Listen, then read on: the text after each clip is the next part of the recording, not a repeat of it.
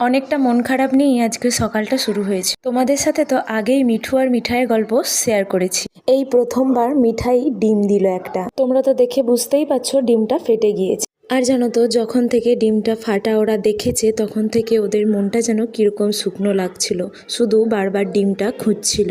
মনটা ভীষণই খারাপ লাগছিল। আর একটা জিনিস তোমরা খেয়াল করে দেখো, যখন ভিডিওটা আমি বানাচ্ছিলাম মিঠাই না কিরকম রেগে যাচ্ছিল, কিরকম চিৎকার করছিল জানো তো।